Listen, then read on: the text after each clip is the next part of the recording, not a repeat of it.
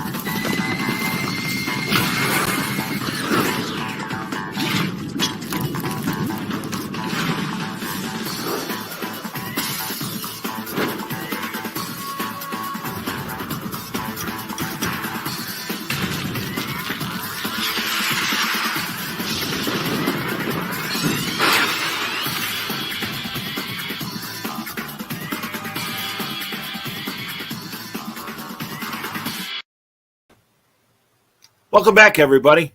Time again for Word Balloon, the comic book conversation show. John Suntress here. Look at Mitch Hallock. I was reading the book. Yeah, I see that. It's like you're waiting for a haircut or something. The host of Terrificon coming at the end of July this year. It's Mitch Hallock, everybody, king of the nerds. Good to see you, buddy. Hello, John, and all the ships at sea. How is everybody doing tonight? Doing all right, man. This is exciting. I as always, you allow me in the inner circle in terms of the planning of Terrificon every year. Mm-hmm. And this is you're pulling out all the stops this year for a big Spider-Man celebration. Yeah. Being a nerd, I look at the anniversaries of everything, and I saw that Spider-Man's 60th anniversary was going to be August of this year, and I said, hey, let's get a Spider-Man theme going. Because I tell you, I've talked about this before with you, that I always try to come up with a theme. Because the reason why I do that is it kind of helps me organize the show instead of just like a potpourri of everything. Yeah. It's like, let's just get one thing going, So, yeah. So this year I picked Spider-Man. And I think a lot of people like the Spider-Man.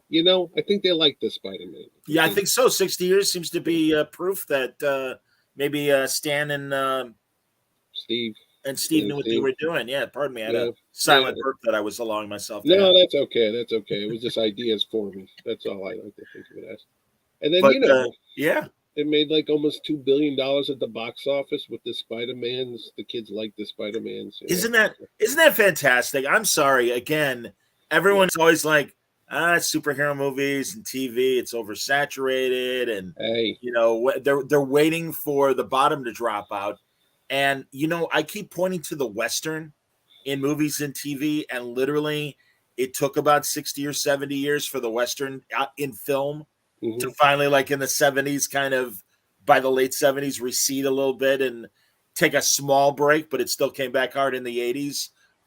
It wasn't as omnipresent as it had been in previous decades.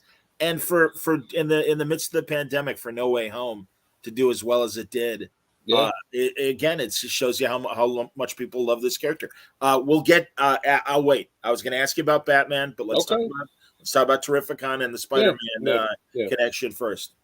No, and real quick to dovetail on that Spider-Man thing, or coattail, whatever you want to say, somebody's tail, red tails. But the thing of it is, you just said it. The pandemic, coming out of the pandemic, you needed something to get people to jumpstart that movie theater business, and it wasn't going to be a musical, or I'm sorry, a lot Spielberg's West Side Story. No offense to that movie, that wasn't going to be it. You needed a spectacle. But I would argue we were still in it, though. Forgive me, Mitch. We are still in it, yeah. But I mean, you know? like Connecticut here, they've opened up everything. The mass. Oh yeah. Oh no, here too. We're trying to get back, and all the sporting events. They've got everybody back, but you know, people were hesitant. You need to have something that's going to be like, hey, if I'm going to go out there, it better be worth it. So yeah, I think the Spider-Man, the Batman too, all that superhero stuff. But you're right. I mean, truly, West Side Story directed by Spielberg and Nightmare Alley directed by Del Toro. I mean, great movie. Great movie. But yeah, well, and I honestly believe, Mitch, it was, and I think we've even had these conversations anyway, even during the pandemic. I think even before the pandemic, the theater habits of the general public have already changed, and there's already been fear on the theater owner's side of what are we doing to get people, you know, to keep going to movies. And they always have that, I think it's called ShowCon. Yep. Which is the big theater exhibitor. Yeah, that's like the industry show. And that's when the movie theaters come out and really do their big presentations for the theater owners and are like, hey. Show West, it's called. Show West, thank you. Yeah. Yes. That's right. That's right. Either that's the old name or that's the current name. That's where they come to. All the movie theater owners come out there, and Hollywood literally, because at the end of the day, it's like selling anything else. It's like selling a car to a car dealership. They come out there with the best of the best. They're weirs, and they say, hey, listen, this is what we got coming out next year. Here's some of the stars that show up, because it's a business. It's the business part of show business. And the theater owners, they order the movies. They book the movies. Right. That's how it works. It really is like a private con specifically for owners. And it really is like, hey, don't worry. And truly some of the keynote addresses from both the stars and the studio execs are like, hey, we're not leaving you behind. Yeah. And obviously then the pandemic happened and a lot of the pipeline just got too clogged. I forget. I think my buddy Jeff, Gigantic Jeff, and I were talking, and he's like, I don't understand why they're, you know, some of the movies where they're putting them and how closely they're booking them this year. And I'm like, the pipeline has been clogged for 2 years. They got to get that shit out because they want to keep making the new stuff. You can't have a lull. You got to keep like feeding that beast. You always have to feed the beast, but even but more so than ever now. When the pipeline is clogged, and it's like, well, nobody's going to the theaters. We spent $200 million making this movie. We at least want to break even on it. What do we do? Yeah. I still don't understand. Well, we can go on about that later on, but let's talk Terrificon. We can talk about the science of movies and why Warner's is putting the Batman on HBO. And I'm like, that makes no sense right now, but that's another thing we can talk about. Terrificon, yes, going back there. We got some big stars. Like I said, we're going to do the 60th anniversary of Spider-Man. Very happy to say a guy that I've been trying to get for years. Huge admirer of his dad, huge admirer of himself, Mr. John Romita Jr., who's going to be there with the folks at 4C Comics, Ken Carson's company there. They're going to have John Romita Jr., is going to be there. Jerry Conway, legendary Spider-Man creator, death of Gwen Stacy. You can't go think about Spider-Man and Gwen Stacy without thinking of Jerry Conway. Spider-Man versus Superman as well. Oh my God, that was the greatest book ever. Come on. It was so good. They had to make it gigantic, you know? That scene where Superman's about to punch Spider-Man, but then he realizes that he could knock his head off, so he pulls his punch at the last minute. But the force, it was like the speed of a hurricane or something, and it sent Spider-Man flying across the rooftop. I always remember that. Like, yeah. No. And truly two of my favorite people to talk to. John Jr. and Jerry, both are. Imagine if they ever made that a movie. Honestly, we live in a world now when anything can happen. You can have 3 Spider-Mans, and it would have to be Disney buying Warner Brothers or DC, which who knows, that might happen next week. Every other week it seems. Hey, truly, we'll get back to it, Mitch. But I really think the economics of studios, anything is possible. Right now, I wouldn't be surprised if we saw Captain Kirk meet Luke Skywalker one day. It's like, why not just do it? We need to make the money, kids. But yeah, anyway, that would be fantastic. You're right. I'll have to dig out my book to get Jerry to sign it at the show. But yeah, we're going to have tons of Spider-Man creators and Mark Bagley, anybody that I can find. I know Jerry Ordway, artist Jerry Ordway, is talking to Roger Stern as we speak. Hey, awesome! Because I had Roger here about 5 years ago, and I was huge panel. You weren't there back then. I didn't know you back then, but I wish I did. We had a Spider-Man panel about 5 years ago. Had Dan Slott, Peter David, Roger Stern, J.M. DeMatteis, and one other one. I can't remember who it is. Kurt Busiek. Wow. And they were all on this panel. It was, I called it the Amazing Spider-Men. Sure. And they just talked about 30 years of Spider-Man, like what it was like to write the character. Each one of them left their mark on the character. Yeah. And I think it was Marv. Marv was there too. Marv Wolfman, because he worked on the Spider-Man 200. But boy, oh boy, was that something else. All those guys just sitting up there. And it was fun to watch Dan Slott and a couple other guys, because they were like looking over, not in awe, but that mutual professional respect. Yeah. Because it's like, well, I passed the baton on to this guy, and then he took it, and then he did stuff, and then this guy took it, and they all left their individual mark 100% on the character over it was so cool to be in that audience. I mean, I was just nerding out. I was sitting in the back of the room. Here I am supposed to be running the show, but I just sat there and watched the whole thing for an hour. I think it's on YouTube somewhere. I'll have to find it, but cool. It's up there. But anyway, yeah, besides those guys, Jose Garcia Lopez is coming back. I'm so glad to hear that. Oh, yeah, fantastic. Yeah. He's a sweetheart. He missed last year's show because he was being cautious because, his age and COVID. Like said. Absolutely. All these guys that are seniors now, absolutely. And then we get the message, hello, yes, it's Jose. Hey, love your show. Can I come back? It's like, and he asked, he's so polite. He's the most politest man. He asked if he could come back. It's like, let me think about that. Yeah, no kidding. No, I don't want you. Of course I want you at the show. Such a guy. Yeah. What a great guy. Yeah, amazing talent.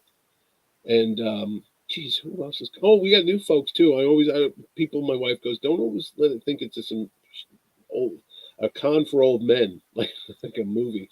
We've got Stephanie Phillips.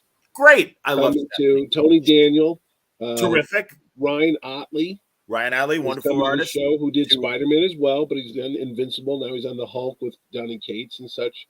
But yeah, I always say it's the biggest collection of comic book creators in New England. So if you live in the Northeast or thereabouts, come on up end of July and you'll get your airful. Plus, there's celebrities, because I saw a bunch of guys posting articles about this the other day, some older creators, and they were kind of mad that there's not a pure Comic-Con anymore because the shows have kind of diluted and they brought in wrestlers and actors and all that. But you and I talk about this. It's just like anything else nowadays. You got to diversify to some point to keep bringing people in. Because if I didn't do anything like that, I don't want to do that. I always want to be pure comics. But the economics and the reality is, if I didn't do that, diminishing returns. Every year you get less and less comic book people. Yeah. Why do you think the comic book stores sell Pokemon cards and Magic the Gathering and Funko toy, and they've got to do something else because they can't just sell old comics. It's sorry to say, but that's the thing nowadays. I was hanging with my buddy Chucky last night, and we were watching the AEW pay-per-view. And I told him, last year you had a lot of the AEW people. Yeah, Darby Allin, Sammy Guevara, Ty Conti. Well, I think those two are engaged right now, actually. Okay. Sammy and Ty. This year, if you're watching it, Santana and Ortiz, it's a tag team that's over on the AEW. Abaddon, she gets made up almost like Darth Maul's sister. Dustin Rhodes. Sure. Dustin? The son. Yeah. Yeah. I was watching. He was on last night. Yeah. Oh, see, well, he'll be at the show this year. And somebody, you might know this because you know wrestling. Her husband, Ed Guerrera, was kind of a heel. He was like the guy he passed away a couple years ago. His wife, Eddie Guerrera, yeah. His wife's coming to the show. Oh, that's great. No, she's a big player too. Yeah. She's a friend of mine. So he was talking to her and he said, "Oh, would you like to come to Terrificon?" She's like, "Oh, do you think they'd like to see me again?" And yeah, she's like wrestling royalty. So Vicky, that's it. Thank you, Dante. Yeah, Vicky. I couldn't think of the name right now. But and he says, yes. I mean, there are a couple. I thought so. Maybe it happened at Terrificon. We've had things happen there before. We've had people get married. We've had people conceive. I've had people come to the show with babies. They go, "Oh, look what I'm like." And they named it Terry. for Terrificon. I don't know if we want to know that people are conceiving at the. I think they were doing it during the cosplay contest one year. There was something going on backstage. Hey, wait a minute. I think Artie and Franco were there. Maybe they had something to do. I understand. Mitch, I think you're going to kill me because between the week before is San Diego. I know. And the week after, well, but thankfully that's on the West Coast. So, I mean, that shouldn't affect a lot of people that want to do both. And then the week after that is C2E2. Is it? After your show. Oh, it's the first weekend of August? I guess so. Oh, my God. You know what? I got to tell you, John, last year we went from this dearth of no shows. Like, literally, I was like the only show in the summer, and there was like nothing for months. And then the Delta variant came to town, and then that shut everything down for a while. But now it seems like there's like 10 shows every other day now. Like, literally around here. Wow. This weekend, there's 5 conventions. Not big ones, but small, like, Sure. Yeah, like dealer shows, basically. Yeah, but there's 5 in one weekend. That's crazy. Well, everyone's making up for lost time, man. Yeah. I didn't know C2E2 was there. I thought you were going to say, well, there's a big Star Wars. Is there a Star Wars convention? Oh, there might be the Celebration. I don't know. I think that Reed does one of those this summer too. I think that's in May. There's a seat there. I think it's in Chicago. I think it's a Star Wars Celebration. No, I think I would have heard about it if it was in Chicago. Maybe it's in California. Because the last one was in Chicago, and they rarely repeat a city. That's it. Yeah. I told you. I think I told you. There, I'm getting honored by my university. Mm-hmm. Congratulations. April 8th through the 9th. Mm-hmm. And that's the weekend that the Star Trek convention. That's it. Yeah. I'm so bummed. I mean, don't get me wrong. Seriously, I feel like a jerk saying that because, of course, I'm incredibly honored that my school would think of this straight season. I know. How do you think they feel? Yeah. But it's like, oh man. But I really want to go to the Star Trek convention as well. I know. So that's all right. I'll miss it. Especially. Oh, that's funny. Dante says the Steel City. I'm assuming that's weekend? Pittsburgh or whatever. Well, you know what? They do 3 of those shows. That's another show, too. That's in Pittsburgh. They do one that weekend. I think they do it like my weekend, too. And then they do one in the fall. Yeah. It's hard. And you know what it is? It's actually hard to get some guests because I had some guests that were coming. But because they've been locked up for 2 years like everybody else, a lot of folks are going on vacations. Because I've been talking to folks and they said, hey, listen, I've been cooped up for 2 years. I'm going away. Some of them are going to Europe. I don't know if that's the place you want to be right now, but some of them have plans to go there. But so next year will be even bigger. I'll tell you that right now, 2023, because I got a lot of IOUs. Like, I forgot, but I'll come back next year. Good to hear. That's great. Bigger. Fantastic. Here, Mike wants to know you're a big Indiana Jones guy. In fact, he is. Any Indiana Jones related guests or panels this year? Not this year, next year, because next year will be the big Indiana Jones 5. So I was going to wait there. You know what the scary thing was? Originally, Indiana Jones 5 was going to open up the same weekend as Terrificon. And I panicked for like 8 months and swore everybody up and down, I'm not going to miss that movie. And then they moved it to next year, next June. So. That's cool. Yeah, I was going to have Karen, to answer his question, Karen Allen's in the works because she lives right up the road here. In Massachusetts. And God. I love Karen Allen. My wife goes, you just do these shows just to meet these people you love. I go, pretty much. That's amazing. That'd be incredible. I love Karen. And then, you know what? 30 years ago, Young Indiana Jones started. I know a lot of people don't like that show, but I do.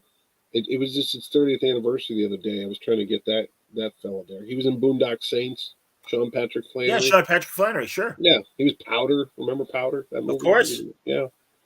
So. Well, Artie always said to him, and I so agree, that I think whenever Harrison Ford wants to put the fedora down, let Sean Patrick Flannery do one movie.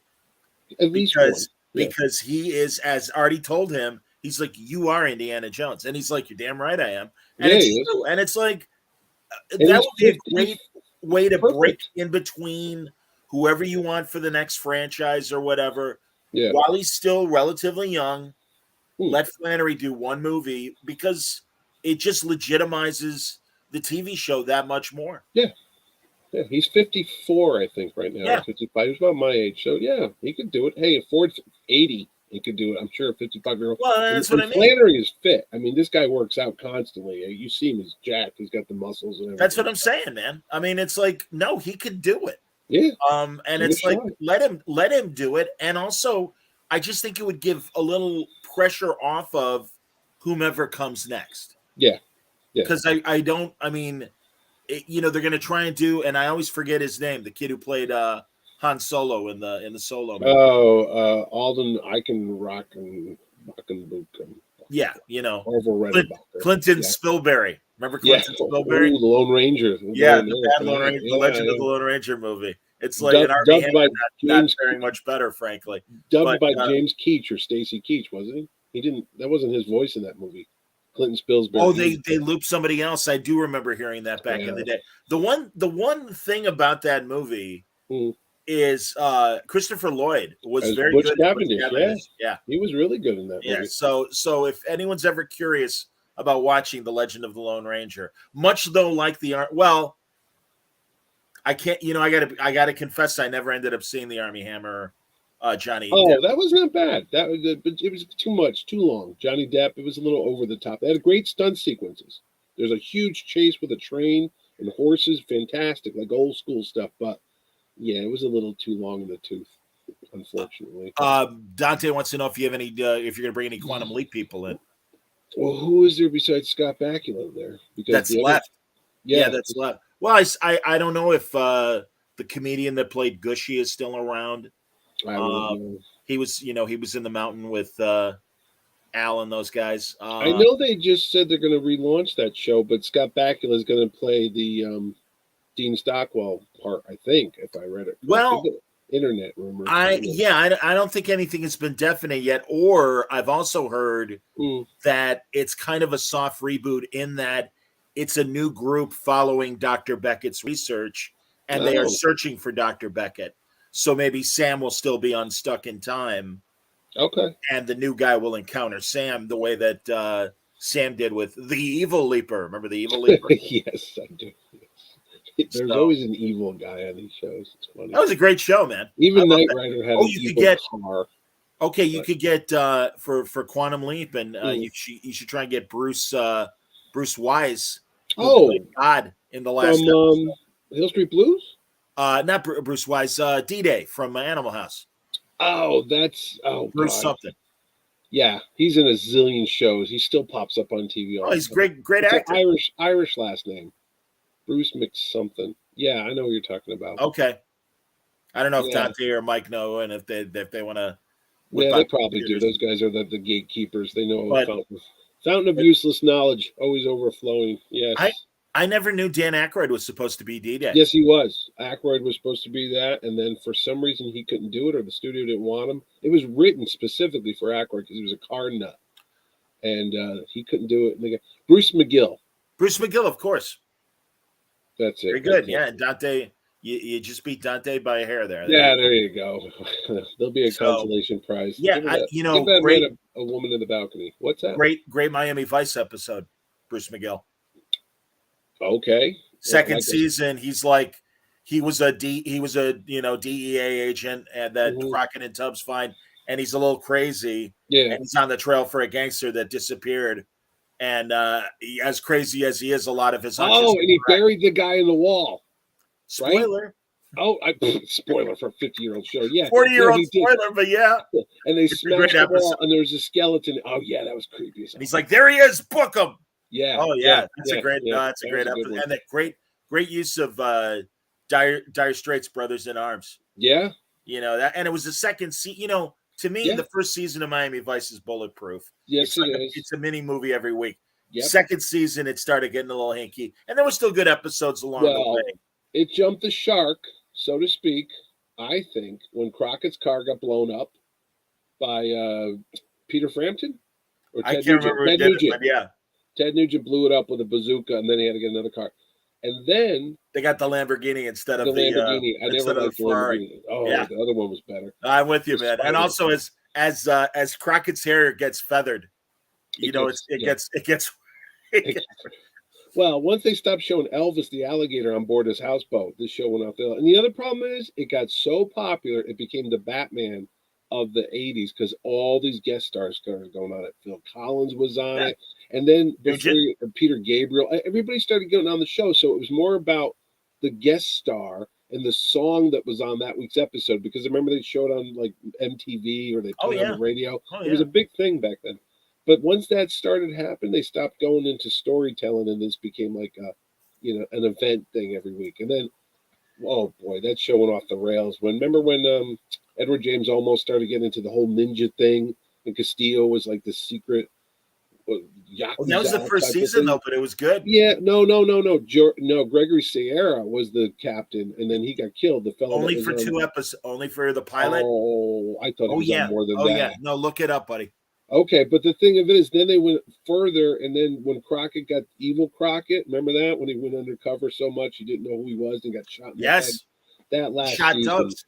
He shot Tubbs and everything because he thought he was his. He did shoot Tubbs. His alias. He thought he was Sonny Burnett. And then, that guy Short Eyes. He was on. Oh, he was brilliant. He was what was his name? He was a playwright. He was on Hill Street Blues. He got killed in real life. He got killed in a car accident. But remember Hill Street Blues? He played the little gang leader, that little guy. Oh, the Hispanic guy? Yeah. I love that actor. No, it's a great character actor. Yeah, sure, I didn't know he died young. Oh, no, he died tragically young. He was like 22 or something. Wow. Yeah. Because, he was even on Barney Miller and everything. No, that guy was he on Barney Miller? Wow. Well, the other guys were, and now shame on me, I'm blanking. Georgia Sierra. Gregory Sierra was, yeah. But no, I'm saying the gang leader was also a criminal on Barney Miller as well. Wow, he must have been. Oh yeah, older than he thought then. But also the 2 informants, and I can't remember. Oh, the Noog Man's name. Pardon? The Noog Man. Yes, Noogie. And the other guy was the lawyer who played Rennie or whatever. The Hispanic Manny. Yeah. They were very funny. Oh, very they were great. Did you ever see when Noogie, they had Noogie an was episode? Charlie. Again, everybody. Charlie Booker. I can't remember, but Charlie's definitely his first name. He died too. I think. Well, he was messed up. He was messed up. I believe he passed away from AIDS, if I'm not mistaken. Could be, but I just know he really had mental problems and was like kind of living on the street. Yeah. After doing Vice and everything. Yeah. Very, very funny, talented guy. I believe, if I remember correctly, auditioned for SNL and lost to Eddie Murphy. He did. Yep. Was it Charles Barnett? It was Charlie. Very Charles good. Barnett as the Noog Man. Charlie Barnett. Absolutely. Hey man, I didn't. Very funny. All the brain cells are still working here. They weren't addled by chemicals and stuff. They just sat here and read comic books. But anyway, yes, it was Izzy was the other guy. That's right. Likes the movie. Oh, the movie I didn't think was that good at all. Yeah, the movie was okay. It's like it's just like any reboot movie. It's like you can't compare to the original. You can't. Colin Farrell and the fellow that was Electro. Jamie Foxx. I didn't like that movie at all. I took it too Michael serious. Mann did it. Yeah, it was too serious. I was like watching it going. But then again, the other other end of the spectrum would be Starsky and Hutch, that terrible Ben Stiller movie, which is funny, but it's not as good as the show. Right. It was a parody. It was fine as a parody. Funny as that, but for fans of Starsky and Hutch like myself, it was kind of like a disservice. I was like, did you have on your cable system or whatever, however you get TV? Did you have the channel El Rey, which was Robert Rodriguez? Yeah, for a while we did. Yeah. They were running Starsky and Hutch. Oh, were they? And that was kind of the Grindhouse channel. Yeah, they really leaned into Grindhouse, and they really pointed out that so many of the great Grindhouse screenwriters wrote and directed episodes of Starsky and Hutch. I didn't know that. So really? That's why it had that great 70s cop vibe. And everything. God, yeah. I think they're all on YouTube, by the way. I have no doubt. I rewatched the pilot of Starsky and Hutch because I do one of these video shows just like you do on YouTube. And my friend and I, we reviewed Starsky and Hutch because we remembered it. We thought that was one of our more popular episodes. We had like 600 views. I'm like, it's not a groundbreaking, but 600 views for 2 guys sitting around a table talking about Starsky and Hutch was crazy, And it's when you go to watch those shows, they're so adult, and I don't mean adult like pornographic or something like that, but the tone And the storylines are unbelievable compared to the mush that they give you nowadays. I'm like, what's going on here? I mean, we talked about on the show, there was an episode where there was a mentally ill girl and I think she gets molested or raped by somebody, and then Hutch or Starsky, they have to talk her out of it. And like, what happened? That's pretty heavy stuff for an hour-long show in 1976 or whatever. Yeah. You know what I mean? Yeah. But it was done well. It wasn't just like, schlocky. Yeah. No, they were really good characters, those two. I mean, they really knew what they were doing. Oh no, I'm a massive both of them, frankly. I mean, it seems like Paul Michael Glaser's been more active than David Soul. Yeah. But God, Glaser was great on Grace and Frankie, the Netflix show with Jane Fonda and Lily Tomlin. Yes. Yeah. No, Soul's great too. Franco and I, we all met them. We were at a convention in New Jersey, and it was Huggy Bear, Antonio Fargas, and David Soul and Michael Glaser. And we got a group shot with all of them. But I was just like pinching myself, going, "Holy crap! It's Starsky and Hutch and Huggy Bear." That's awesome. Well, anyway, once again, we're down the rabbit hole. But anyway, I'll tie it back to Terrificon though. I don't. You know what? I know you were talking pre-pandemic to David. Hold Walker. on a second. There you go. I'm sorry. Okay, no problem. I know you were talking to David Walker pre-pandemic about possibly coming out, and we should try if David try to get him. Yeah, when David can do it, because I'm sure he will. Because as he said, he's got family in Connecticut. He's from Hartford. Yeah, he's from the Hartford area. It would be great to get him, and we should try and do truly like a blaxploitation panel and have David interview, somebody like Fred Williamson or somebody like that, if Fred's willing to travel.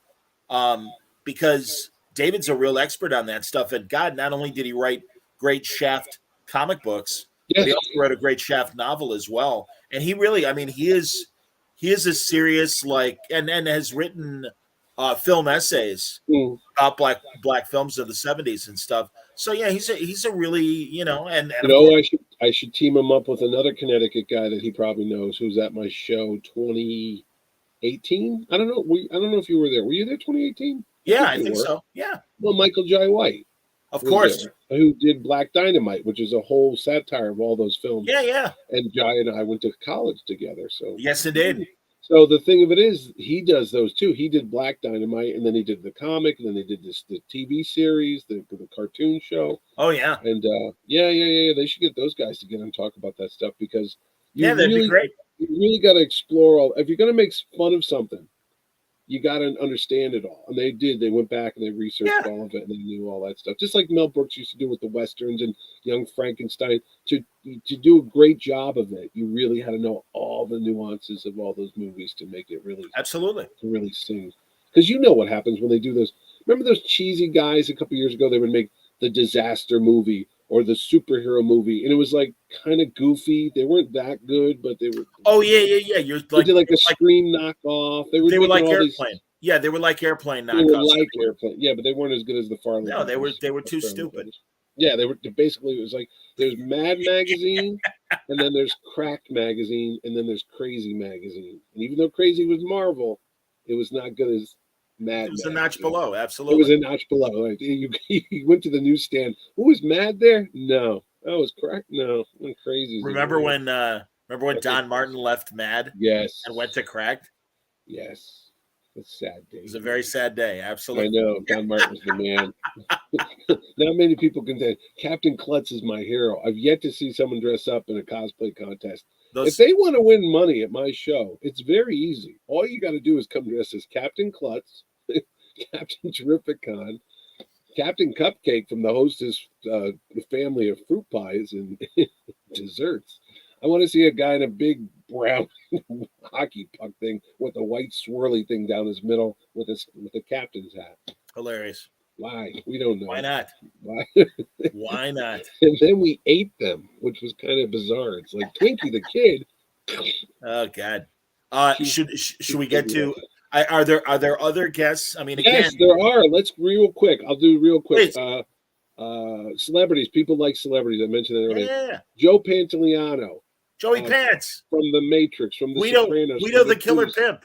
from Risky Business. From Risky Business, exactly. Yeah, and then Eddie and the Cruisers. He was in that movie. The guy's in a zillion movies. He's the guy who he's the guy who thinks on them. Yes, he played Ben Urich in the Daredevil movie. The one with that's right, Ben Urich. Yes. Yeah. Which to this day I don't understand when he throws a cigarette and it lights up the DD logo in the subway. I'm like, so Daredevil had time to take gasoline out and write his initials. And not only that, he travels with a stencil. That's what it is. And not only that, Pantaleone could see it and knew to throw a cigarette to light it. I'm like, what the hell was that? It looked good. It did look good. And a voiceover people, because I know you're the king of voiceovers. This Michael Bell, who was from G.I. Joe, the Transformers, you name it. Yeah, this other fella, Dan Gavelson, who was Bumblebee he was the Spider-Man on Spider-Man and His Amazing Friends. When you see him, you know his voice. Oh, wow. Oh, wait a minute. Michael Bell, you know how you know him? Ready? Star Trek, Next Generation, Encounter at Farpoint. He's the guy with the long hair who's like, there's nothing wrong with this. We don't know. Right. Wow. What did they keep calling Predator? That I don't remember, but Prefect or whatever. But yeah, he was the guy trying to sell him the Farpoint station. I don't think it's a giant jellyfish. It's not a space jellyfish. We don't know that. Just remember that guy. He's that guy. Oh, Plus, it was 3 episodes of Deep Space Nine. What was he in Deep Space Nine? We're gonna have to go look him up. Michael Bell, okay. He's on MASH too. You know which MASH he was on? No. Remember the guy that was having the Korean kids go out in the minefields to get like copper to make souvenirs? Yes. And then BJ goes, oh, see that little girl that lost her arm? She was looking for copper out in the minefield. Yes. And he's like, what's wrong with you guys? There's only going to be... That's the guy. Sure. But anyway, he's coming to the show. He was a Bajoran on Deep Space Nine. He was on 3 times, so he was a couple characters. That's amazing. Yeah, I guess so. That's great, man. But though, of other voiceover people coming, Jim Cummings, Winnie the Pooh, he's in the Star Wars, Clone Wars, he's in a zillion things. These guys have such long careers. When I go to make the graphics, I don't know which to put there. You know what I mean? It's like they're on 50,000 shows. I don't know which 5 to pick. Joe Pantaleone, from the Orville, the Good Space program. Adrian Pilacki, who's Kelly on Orville. Yeah, the first officer. Yeah, Peter. Oh, I just did his graphic before I was on your show. He plays. What's the guy's name? Not Duras. Bortus. Bortus. Yes. Oh, Bortus. that's great. I got Bortus coming to the show. Man, yeah. Oh God, I can't wait to meet him. Peter Macon, Macon, I believe it is. He is the best. He is the best character on that show. He's been around for a long time because I was making his graphic too, and he was on The Shield, and he was on a lot of stuff. And The Shield was 20 years ago. I just realized. Yeah, isn't that insane? Yeah, and then Joe Pantaleone, Adrian Pilacki, AEW wrestlers I mentioned. The Tim Daly, another one from The Sopranos. Superman, that's it, Superman. And Susan Eisenberg. Wings. Susan Eisenberg's coming this year. Our dear friend Susan Eisenberg, the animated Amazon herself. Phil Lamar's back. Phil, fantastic. Green Lantern. Yeah. John Stewart, Mad TV. Yeah, and there's going to be more too. So. Marvin from Pulp Fiction. From Pulp Fiction, who gets his brains blown out. Ugh, I hate that scene. Ugh. Phil is so awesome because he is like Mark Hamill. Yes, he is one of us. He is. He's a big nerd going, man. Well, when he did Word Balloon years ago, yeah, he's like, hey man, I checked out your guest list. You talk to everybody. I'm like, yeah, even you, man. And he laughed. Yeah. And I'm like, no, that means a lot, man. He goes, no, I know my shit. He goes, you really do talk to everybody in comics. And I'm like, yeah, that's awesome. I'm just waiting for them to make a John Stewart live action Green Lantern movie because he's the voice of John Stewart in the Justice League for 10 years, I think. 20 years ago. 20 years ago. Oh, yeah, you're right. Yeah. And then he was Static Shock. He's just everything. Whenever you hear that, he's got that deep voice, but then he's also got other voices too. He was just on the Book of Boba Fett. Did he do a character on Boba Fett? That's he was one of those the Pikes, the bad guys that were trying to take over Mos Espa or whatever, Tatooine. And what I love about Phil is, as a voice actor, he really can think about nuances in characters' voices, and he could do when they on the Justice League. Mm-hmm. cartoon when they had young Static Shock and Static Shock as an older guy. Yeah. And he just adjusted his voice to make it sound like middle-aged Static Shock. Right. And that's the kind of nuance. Yeah, that you don't pick up. Yeah. He's amazing. No, so he'll be there too. So anyway, that's Terrificon, July 29th to 31st. Tickets on sale now. Artist Alley, if you want to be an exhibitor, we're still got spots open. You want to be in Artist Alley, come on down. Bring the family, everybody. That's awesome, man. Well, I'm looking forward to us. You'll be there. We'll do some panels. We'll figure it out. Oh yeah, I'm the Iron Man of Terrificon. It's like, get back up there, Suntress. You got 6 more things. Give him some water. His mouth's getting dry. Well, I was telling Chuck, I'm like, I don't know if I'm going to go to San Diego, man, because I think if I did 3 weekends in a row, it would kind of kill me. But C2E2's in the backyard, so that's okay. But he goes, Terrificon? I'm like, Terrificon's awesome, man. I go, Mitch lets me do like 6 to 8 panels. I'm like, I come back with like a couple weeks worth of shows. Exactly. And I get to talk to people I never thought I'd have a chance to talk with. I mean, good Lord, I'd been dogging Steranko for 15 years, and finally it's because of you that I finally get to sit down with. I mean, always sweet to me at shows at Artist Alley, but it's like, hey, will you do the podcast? No, I'm not going to do the podcast. Yeah. But he did an hour of your show, and I'm like, all right, fucker, I got you. Now you can't leave.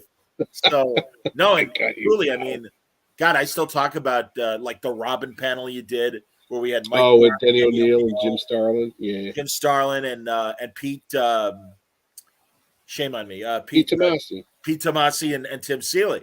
Yes, so all 5 of them talking about Robin and stuff. Funny as hell. Yeah. Oh, my God.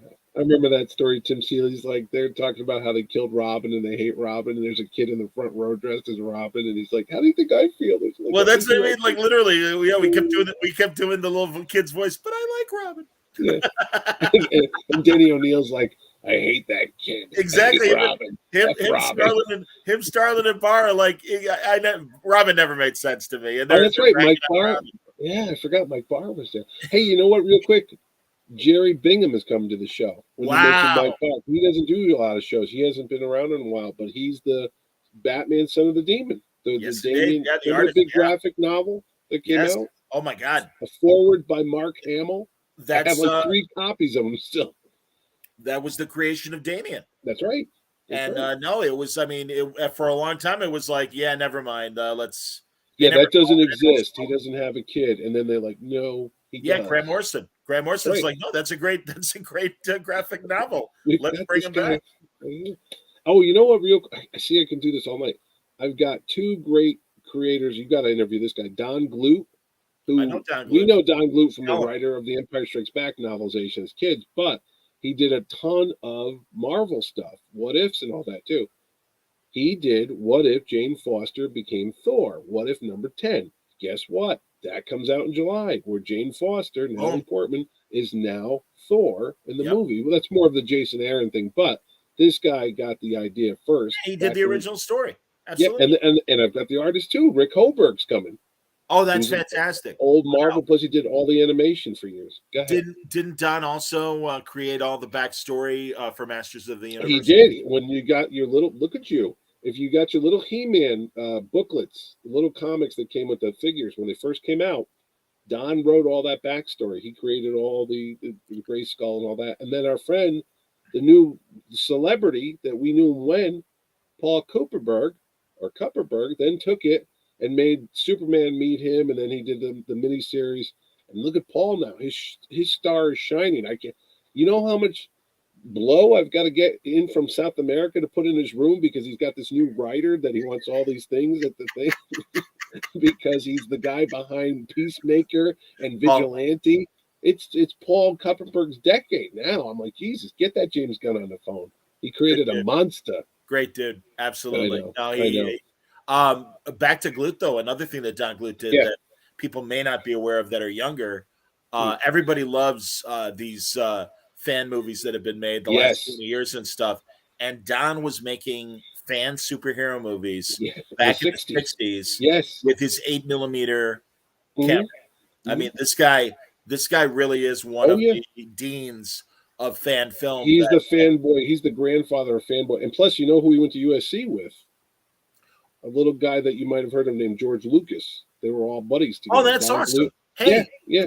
let me suggest as a panel, because for instance, at the last Terrificon, we had that great panel with Paul where he showed the Julie Schwartz videotape of Julie's. No, I'm going to do a film festival with Don's stuff. Oh, I'm so glad to hear that. All right, great. Yeah, great. I already talked to him. I said, make sure you fly out here. He's out in California, but bring your stuff because I want to set up a screen. I mean, they might look primitive to modern day people that saw No Way Home, but this guy, he's making these black and white Spider-Man movies. You've got to appreciate the teenage ambition, just like those kids that made that shot-for-shot Raiders. Oh, the Raiders adaptation. Yeah.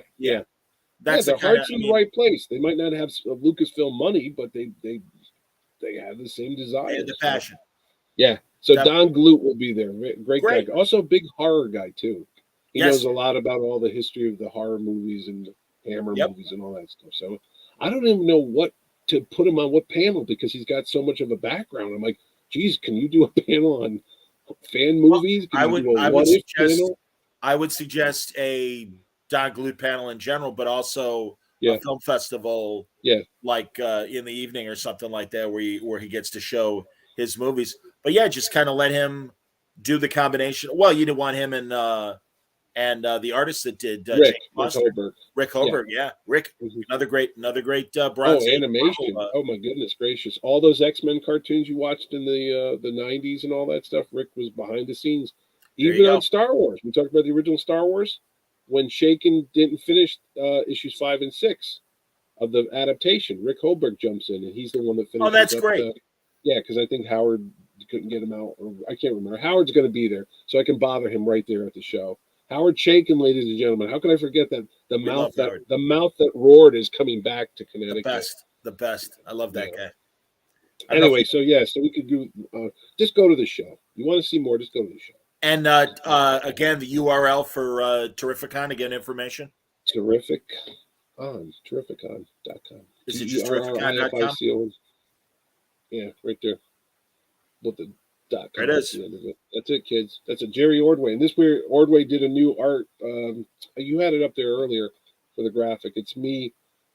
It's a recreation of Amazing Fantasies 15, except Captain Terrificon's swooping down and I'm under his arm instead of the bad guy. So Ordway drew that.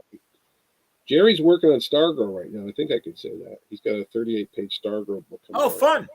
Yeah. So Jerry's busy as could be. Is Jeff going to write it? No, it was written by the Starman guy, Robinson. James is writing it. That's wonderful. James Robinson, yes. That's terrific. Oh, that's wonderful. That's it's in the news. And James is one of the Stargirl TV writers, as well as having his lineage writing Starman and everything. So that makes a lot of sense. So I'm very happy. I remember when Stargirl was just getting started, and I went over the particulars with Jeff and James, and he mentioned that James was one of his main writers, and that's great because I really, James wrote the League of Extraordinary Gentlemen movie with Connery and everything, and that movie, took its lumps. Connery and the director didn't get along. But he also wrote Comic Book Villains, which is a great little crime movie that involves comic book store owners and stuff. Oh, with Masterson, Danny Masterson. Yes. The two of them are in that. Danny and his brother. I was in a movie with them too. But didn't he do the Golden Age book? Yes. DC? Yes. Yeah, that was a great series. Yeah. The post JSA story of what happened to all the Golden Age heroes and everything. I was just thinking that. Yeah. And it's Paul, the X-Men artist, Paul Jenkins. No, artist. Smith. Paul Smith. Paul Smith drew it. Paul Jenkins is the writer. Yep. Anyway, I understand. I'm the same way. Way. Paul Smith is great. I reached out to him. He doesn't do shows, but I tried to get him. No, I tried. I tried getting Mike Kaluta. We can go down the list of the people I tried this year. Kaluta, I tried. Didn't get him. Oh, that's a shame. What does he want? TJ Qualls was also in Comic Book Villains from the. Oh, yes, he was. Yeah, and the guy from was it Community or something? The guy with the mustache. Wasn't he this comic store owner? The bigger guy that does the voiceover stuff. I don't know. I don't remember that. Anyway, I've seen that movie. Yeah, it's a good movie. I thought it was because I said it to Danny Masterson when I was on the set. He goes, "You saw that movie?" I said, "Yes, I paid to watch it." He goes, "Oh man." It was better. He said the script was a lot better than the actual. Well, you see again, James. That was James. Yeah, he said it was a very good movie script, and then he cut it up. But we don't talk about Danny Masterson right now. Figures the guy was in a movie. Why? What's the matter with Danny Masterson? I think he got in trouble for something. Oh, did he get canceled, or did he probably step in the third rail? Yeah, something like. That's too bad. I loved Eastbound and Down. I love. He was Hyde in the '70s show. The guy with the big hair, right? In the '70s show. Yeah, that's it. Yeah. Anyway. No, I think he's. I usually I found him very funny in pretty much every movie I've ever seen him in. I did too. So. Oh no! Excuse me. Hyde from. All right, I'm getting my Danny's confused. You're talking about Hyde from that '70s show. Yeah, that's the one I was in a movie. Okay. With. Yes, he did. Yes, he did very terrible things. Yes, that's what I was going to say. Did very, very terrible things. Yes, he did. And his brother was in Malcolm in the Middle. That was his brother, the oldest brother. That's correct. You are correct.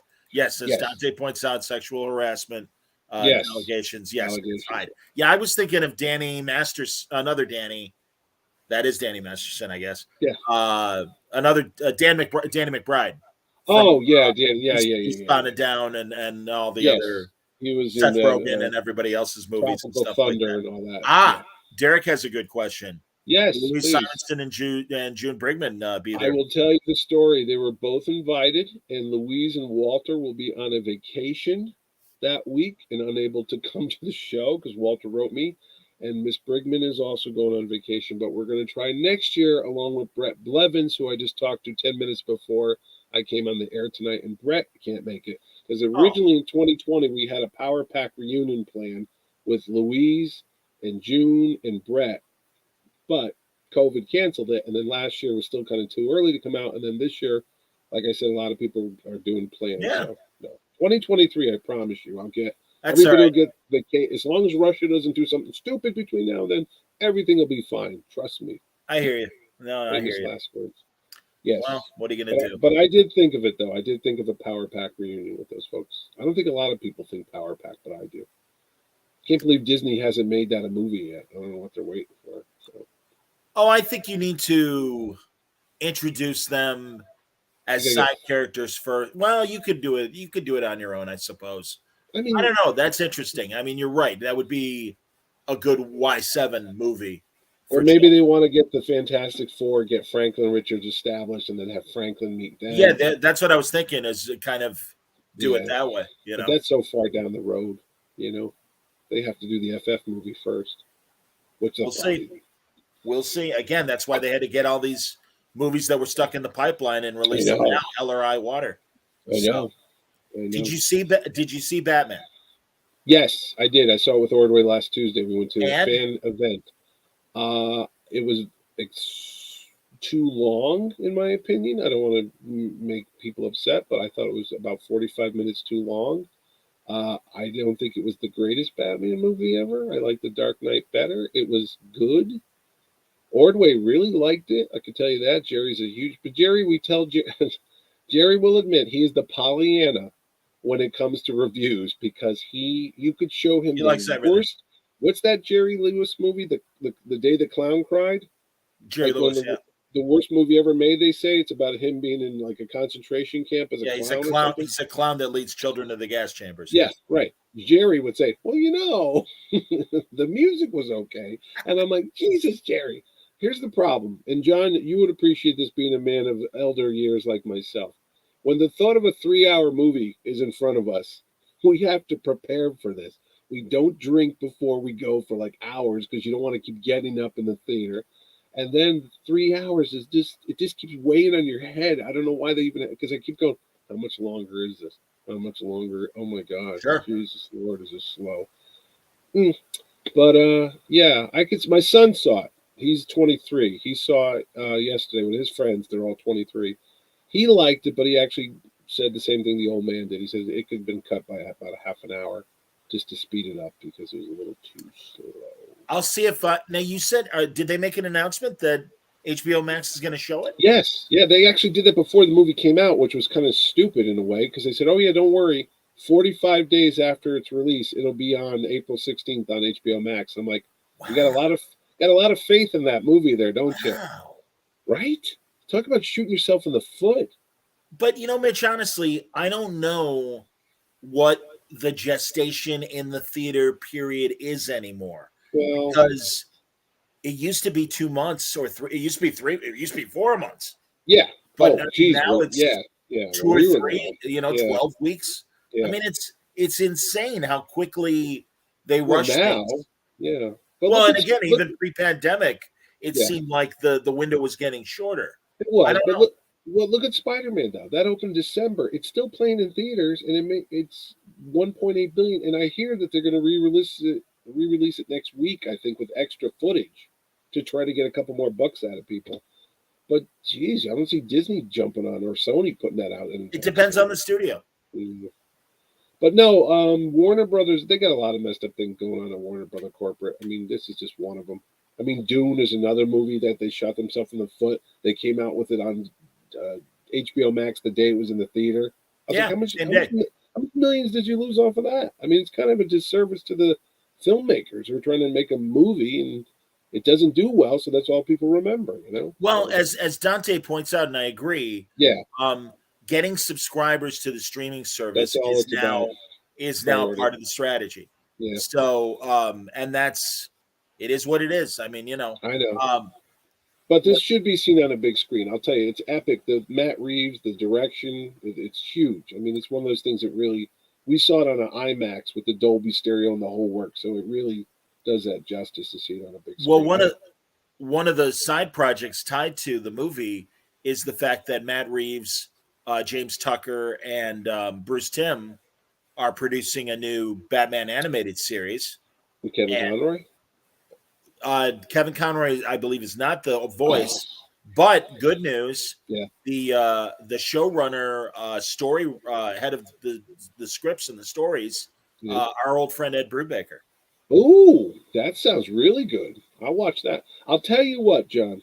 And John, you might know this because I think I heard it on your podcast years ago. Was there not a story by Denny O'Neil that Batman or Bruce Wayne had a brother Yes, that had mental issues and yes, was institutionalized? yes.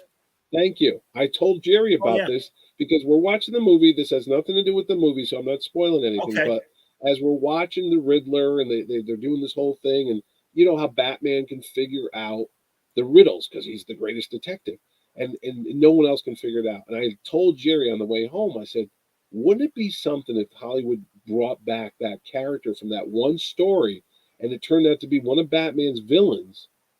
Was his brother that he didn't know about, kind of like a Rain Man type of thing. And that's why he and Batman kind of thought similar, but the parents put him away because he had, I don't know, some mental disorder Yeah. because he was living in a fantasy world. And yet here's Bruce Wayne, who's dual personalities as Batman, and he's just a little bit off center too. And I'm like, I thought that would have been a great, like Moriarty and Sherlock Holmes type of thing, you know, where the only one who can understand him is his own flesh and blood. And or Jerry's like, oh, I think that's a good idea. I'm like, why hasn't anyone done a movie about a new character? Because I was kind of taken back because this is the third time, or four if you count the Adam West movie, that the Catwoman has teamed up with Batman. And I'm like, Yeah. come on, guys. Michelle Pfeiffer, Anne Hathaway, and now Zoe Kravitz. That's three out of like what 6 movies or 7 movies of Batman, and the Penguin's in it, and then the Riddler. I'm like, oh, Man Bat would be a cool one. You can get the Mad Hatter. You can get Clayface. There are other Batman villains out there, you know. So, but I don't get it. And then the other thing is too, it's a real dark movie. So I know they try to aim these pictures towards kids because there's all toys in the Target and Walmart. When you walk in, it's just bombarded by the Batman. This is not a movie for like little kids. This is kind of like Seven Light. You know Seven, the movie with Brad Pitt and Morgan Freeman with the Yes. serial killer. This is kind of like the PG-13 version of that because the Riddler is very gruesome the way he takes out some people, and I'm thinking I'm not going to bring an 8-year-old kid to this thing. You know what I mean? It's a little too dark there for the youngins there. But what do I know? I'm an old man. Because Jerry told me today a staggering note. Only 10% of the audience that saw the Batman this weekend was over 50 years old. So I don't I know, said, man. what do you want me to tell you, Jerry? They got better bladders than I do. What do you want? Well, JD made it. He loved he it. He loved the 3 hours. Yep. Yeah. So, but that's the Batman. Okay. All right. Well, do you still have time, or do you got to get going? No, I got nowhere to go. After we're done, I'm going to go right back to Photoshop and keep making graphics for the website. So that's all right. I understand. No, and once again, everybody, I don't want to lose my eyesight. So don't talk Picard. Let's talk Star Trek. All right. Yes, please. So, Mitch, I mean, you and Franco have had to suffer through me complaining for years now about a new live action Star Trek. Mm-hmm. I liked the first episode of Picard. I did too. It was like old Star Trek. From the second it started, I was like, oh. Yeah, no shit. Immediately, we're inside a starship in corridors. Yes. We see people in running through corridors. Of, the Next Generation sort of uniforms and stuff, and it's like, oh, look, it's Star Trek.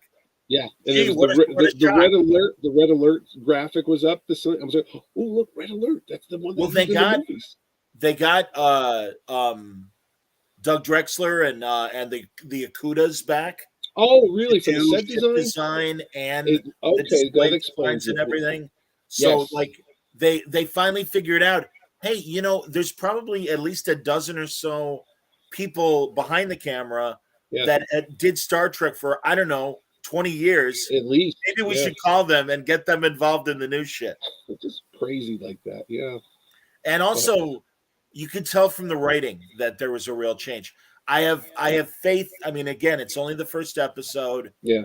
But Terry Matalas, the showrunner, was a junior writer at Enterprise back in the day, and I have great faith that, especially after this episode, although I know, here's my supposition.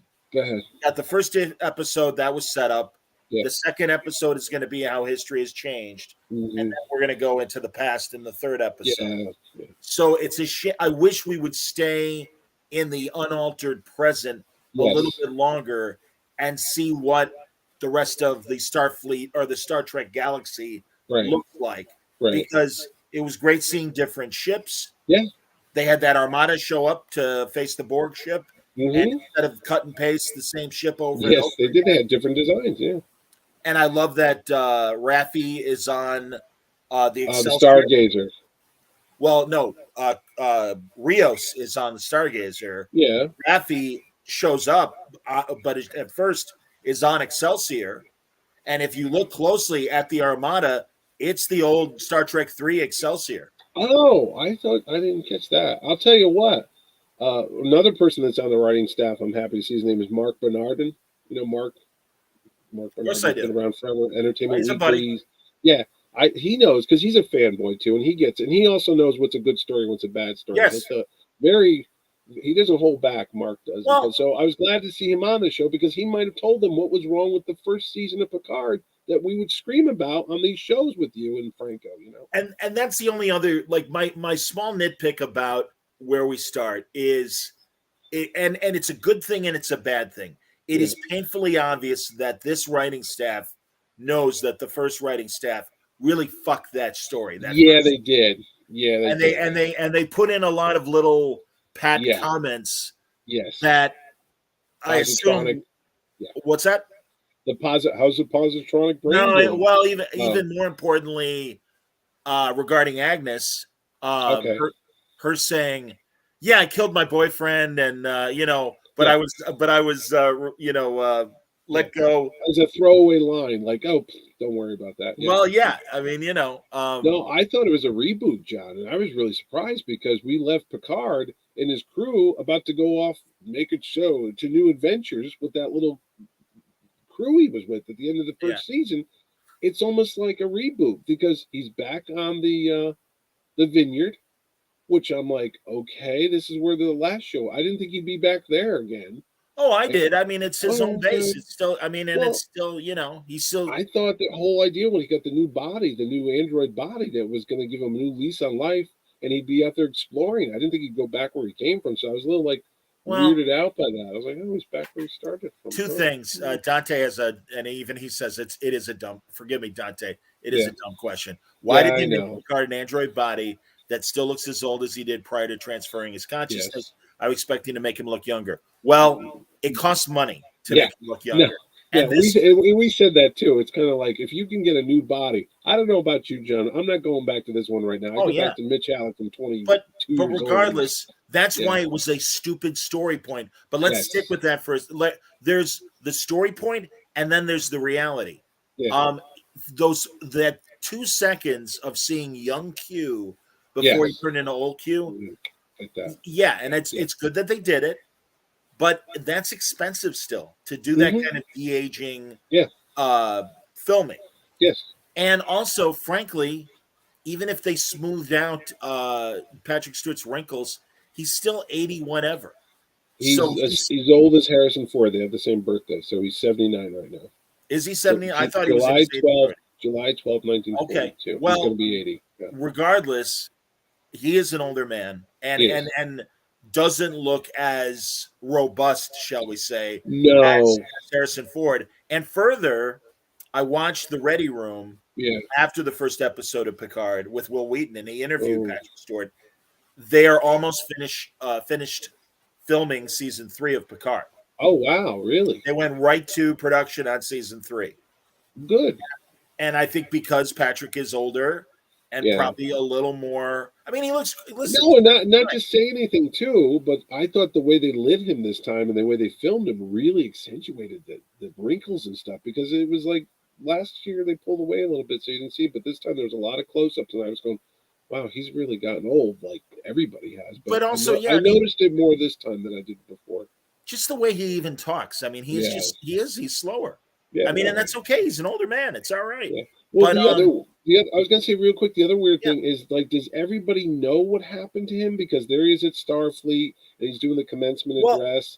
And I'm like, is it because Guinan kind of knew, because she said some weird line like, well, you know what it's like to die. And I'm thinking, does she know that the real Picard is dead? And this is robot? She and Agnes make the cracks about him being an android now. Yeah. I don't know. And again, there's a real problem with, although they do say when Soji is having her ambassadorial discussion. By the way, did you notice those were Deltans that she was talking with? Ilea's race from the Star Trek. I didn't catch that part. They were all bald. They're all bald aliens. So I think the assumption is that they were the Deltans. But they say that Starfleet lifted its ban on synthetics, and now Soji is involved with advocating for the synthetics. That said, though, I mean, there was a real hard. I mean, again, it sounds like they're trying to almost make Starfleet compare it to American politics, where perhaps there was a Trumpian in charge of Starfleet during Picard season 1, and now we have a Biden in charge during season 2, because you even have the kind admiral coming hand in hand to Jean-Luc and saying, we need you, as opposed to go fuck yourself. Yeah. I mean, honestly, it just seems, and they say it's been a year and a half since the events of season 1. But some of that stuff just seems way too quick. The fact that Rios and Raffi are immediately in, like Starfleet, like nothing happened. I was like, she was smoking the dragon weed on a trailer in the middle of the desert somewhere. Now she's back full uniform, and he was a pirate. And now Crystal Balls, whatever we used to call him, he's sitting there. He's sitting there in the captain's chair. I was like, okay. He was great. I mean, and they gave him great lines, and he felt like a Starfleet captain. So I was happy as hell. And Raffi, I like Raffi much better as a commander in Starfleet than I do flipping JL off, or whatever. Your fine mansion and your fine furniture. And 7 of 9. So 7 of 9 took his old ship. Yes. And she's running. I don't know, what do you want to call it, missions or? Well, it's like Babylon 5. Those are they're the Rangers. They're like. Oh, okay. They're like mercenaries for good, basically. Yeah, and then all right, because I was like, well, who's she working for now? But I guess she's just out there. That Fennis, and that goes back to the first season, and that she was part of what they called the Fennis Rangers. Apparently, there's an audio drama that is 90 minutes long, and it's Raffi and 7 of 9, and it takes place in between the 2 seasons. Oh, Simon and Schuster made. Oh, okay. I just found out. I literally just found out No, about. it would be cool because, like I said, there is a jump in characters. Like, how did she come back to Starfleet? Because I thought the character that was there last year was one that would never go back, and here she is. Okay, well, once you go Well, and Starfleet, she got drummed. She got drummed out because she was along with Picard. Trying to do the Romulan rescue. Yeah, I forgot about the crazy warrior nuns. Remember them? Yes, of course I do. Well, that's who raised Eleanor. Yeah, what's her name's mom is one of those on Discovery now. What's it called? Michael's. I know. Burnham's. Yeah. We don't talk about Discovery. Discovery. It's off right now. God, what? What? Wait, it's gone right now, right? No, it's not. No, wrong. Absolutely wrong. Sorry. I thought it ended once Picard started up. I was like, oh, I guess we're just done. No. I didn't watch it then. No, there's going to be no. And again, it really kind of goes back to what we were saying about various studios and their strategies, and that streaming is now part of their strategies. Yeah. For the next 2 weeks, we're going to have, and it started last week, so we'll have had 3 weeks where there will be Picard episodes and Discovery episodes the same week. And they drop the same days as Picard. Crap! I just drove right onto Picard, watched it, liked it, and walked away. So you didn't see last week's Discovery? I honestly thought they just ended it to go into this show, and I'm like, oh, maybe. Well, no, they didn't finish the story then. No, they didn't. That's why I thought it was so odd. I was like, what the hell's going on? It's interesting. I believe to make sure that nobody leaves and unsubscribes. Yeah, they want continuous Star Trek as close as possible. That's an idea, because I was like, why did they do that? Because it's kind of like the Disney Plus stuff, which I'm shocked there's no show right now. Once Boba Fett ended, I thought there'd be something immediately to pick up with, but then the Moon Knight doesn't start till the end of the month. I go, right? What the hell are we showing for all of March? Well, we got West Side Story. It's like, yeah, but that's okay. You want to keep those people paying their $9 a month or whatever it is, So, but I don't think you're seeing the unsubscribing attrition for Disney that you are. No, because again, Star Trek, they just weren't ready, and also they thought they had the greatest thing since sliced bread, and everyone's like, "I'm sorry, half your audience doesn't like Discovery." It's that nasty bread that nobody likes, like your grandmother would bring over. It's got mold on it. No one wants to say anything, but yeah. I can't stand shit.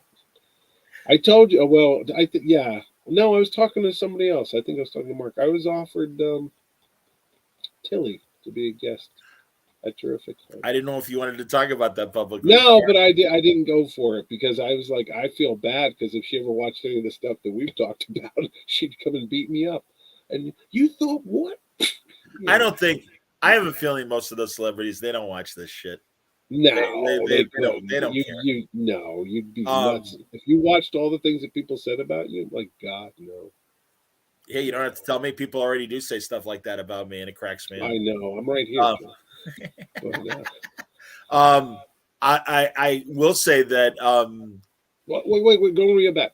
Are you upset that they're jumping into time travel? Because when he's like, we've got to go to the past to save our future. Well, like, my God, I've heard that like 30 times and everything. Yeah, I mean, they already told us that was going to be the premise of the show. Well, wait. Do you think that happened because of COVID, that they had a limited thing? They're like, look, we can't do a lot. Let's just stay here in Los Angeles. I think it was more that they wanted to save money this year. Yeah, because also, more importantly, you got Picard's formerly 2 Romulan minders at the Vineyard, and now you only have 1 Romulan minder, and as we called them, Hazel and Alfred. Yes, and it's Laris. I know is Hazel, and I forget what Alfred's real Romulan name is. But it's a shame that Alfred died, and it's like, yeah, that's called a budget cut. That's like, let's trim the show. I thought that was a little weird. I was like, what happened? Did I miss that? Did he? Yeah, we don't need him anymore. Remember when they were like jumping around and they had like phasers under the table like a mob hit? I'm like, what's going on in Chateau Picard? It must be like but also his minders at the Vineyard were more capable, and you would think likely have more Romulan information than the ragtag team he put together to solve this Romulan problem. And that's why, again, these idiots that wrote last year, their story made no sense. It made no sense. The big Dr. Octopus thing that came out of the hole at the end. I was like, do you think we'll ever see them again? No. Nope. Because it's a shitty idea. It was. And again, on the one hand, I'm really glad that they fixed a lot of this stuff. On the other hand, it really was like, I gotta tell you that anymore. Don't worry. I cheated on you. I watched one of these other Screen Crush or Screen Rants things, like 100 things you missed out of Picard. Because I always go, how did I miss this? And they go into stuff. But they talked about the opening credit sequence with the glass shards falling through, and Picard's mother, who apparently was abducted. But I remember that first, was it Encounter at Farpoint or something, when he's Mama, and she was in the elevator. Remember the doors? It was the first season episode, but it wasn't the pilot. So I was like, oh, I never knew something happened to his mother before until now. And then you see her getting sucked away. And the guy goes, well, it's all about the shards of glass that are falling in the beginning of the episode. And Picard's mother's being taken away. And now he's going to confront that. And then the Borg vessel opened up as if it was a flower from a George O'Keeffe painting. I'm like, wait a minute, let's not go crazy. And he's like, and it exploded outwards as if it was giving birth to, and I'm like, wow, somebody's smoking the dragon weed. And they go, and that's all going to tie into Picard and his mother, and the Borg Queen is going to be his new mom. And I'm like, did they watch the same show I did? Because if the Borg Queen winds up, I mean, I've heard that rumor as well. Oh, really? Okay, because I didn't get any of that. Up being his mother assimilated. That's well, I mean, the Queen did say at the end of the episode, Jean-Luc, look up, just like his mother did. Yeah, that's what the guy was saying. That was why it was his mother. But I would say that given when he was Locutus, they obviously scanned his brain. Yeah, that's and all. They have every memory. But there might be a red herring of, is this possibly his mother assimilated? Wow.